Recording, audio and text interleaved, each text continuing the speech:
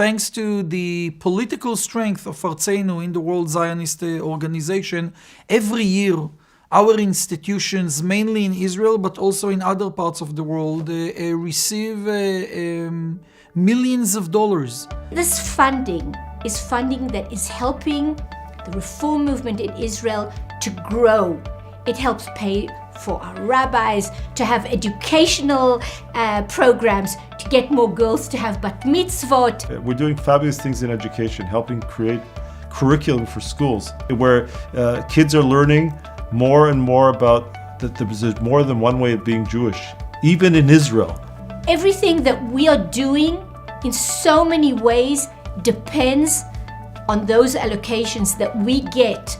We have a total budget in the IPJ of roughly 25 million shekels, which is translated into something like $8.5 million or $8 million.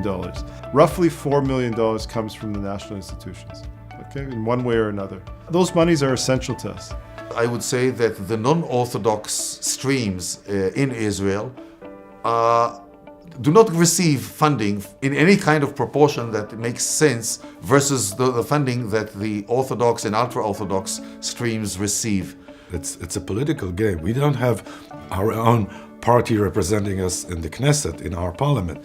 But since this is the parliament of the Jewish people, and also Israeli parties, political parties, are players around this arena, we get to form connections with them. By having the power that we are having in the Congress, it enables us not only to to come once in a year or 4 years or 5 years, but actually to sound our voice on a daily basis. The more representative we will have, the more impact we will have. We can build a stronger coalition. We can create all kinds of deals that work better for us. We influence some of the content, issues that are important to our friends abroad and important for ourselves as well. Issues to do with land purchases in different parts of the country, fighting for the same beliefs and values that we believe in, some of the political statements that need to be made in that sense as well. If you want to be better